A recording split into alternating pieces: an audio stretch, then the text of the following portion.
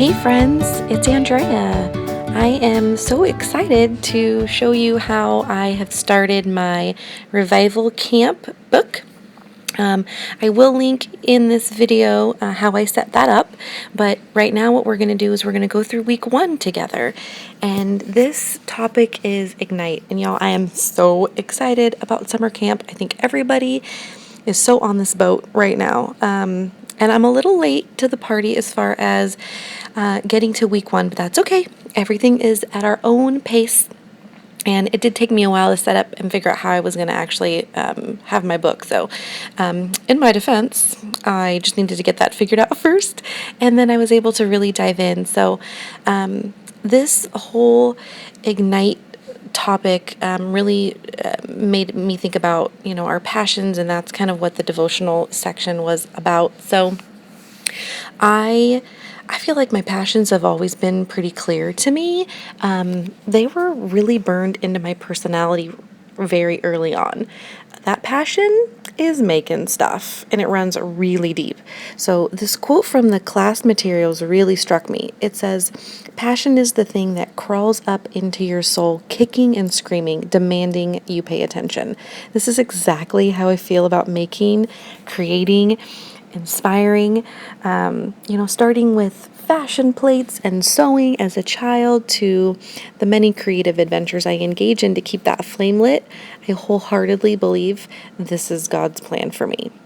He has allowed creative people in my life to train and mold me. He has given me genes that just ooze art and creativity. He has set me forth on a path that easily draws a community around me that provides constant inspiration and thankfulness. But I would not have been able to move from the crafty whims of an adolescent to the serious drive I have for creating things that inspire others without having faith in Him. I do believe He created me to create, but I haven't always felt that drive. As a teenager, I took piano lessons, for example, and in my heart, I really enjoyed it, but I was embarrassed because A, it wasn't cool, and B, I didn't feel like I grasped it quick enough. I judged myself before I really gave anyone an opportunity to praise or encourage me, so I quit.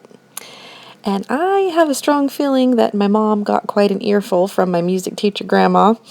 So, but I know that I am not the only one who's experienced that feeling, that struggle to hide or fly.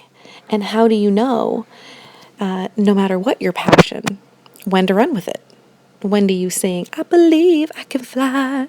When is that? How do you know? In my case, it took a nudge from God. Okay, so it was a little more than a nudge. But in 2009, I was laid off from a creative job. And 6 weeks later, I was forehead deep in a half creative, half spreadsheets, formulas, insurance rules job. And it tanked my creativity level something fierce. I mean, I was still scrapbooking, and I always did that, and DIY stuff, but I didn't have that full-on immersion any longer, and it was draining. So I started my blog in 2010 for the purpose of having a place to store everything I was creating. And it was a place to just get it all out there. I needed to share, and I needed to connect, and I needed it deep in my soul. God was saying to me, "I am giving you what you need in this new job. It's good for your family. And I'm also giving you this other avenue. So trust me and just take it." That's when I jumped headfirst into commenting and connecting and linky parties and being more intentional about projects and photography. And it was exactly that spark that I needed to continue down this creative path. And the best part about that was that I wasn't afraid. I wasn't worried that people wouldn't like me. I didn't have that same adolescent fear of approval or acceptance. God stacked the wood and gave me a match. And I believe that every step we take toward our goals is like one more log on that fire. Each time we put another little piece onto that flame, we're trusting Him to keep that fire going and growing into something awesome. So, my takeaways from this week are that I want to stay focused on what I should be doing and not misunderstanding His directions, because I think that happens sometimes.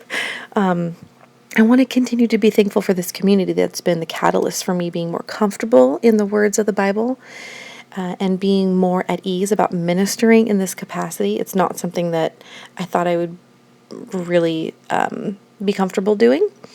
And He's been feeding our flames, and I just want to make sure that that doesn't burn out. So that is what I took from this whole process. And I know that now I'm like onto the second page, and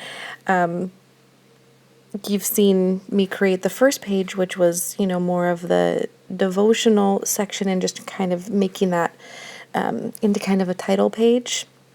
And then here, this is really kind of digging deep into different sections. And I really love how the girls made these different sections, basically. I like how there's the field notes and questions and a prayer and just these different pieces that you can kind of compartmentalize, and it kind of does help you go through all of the different thoughts as you're going through this process.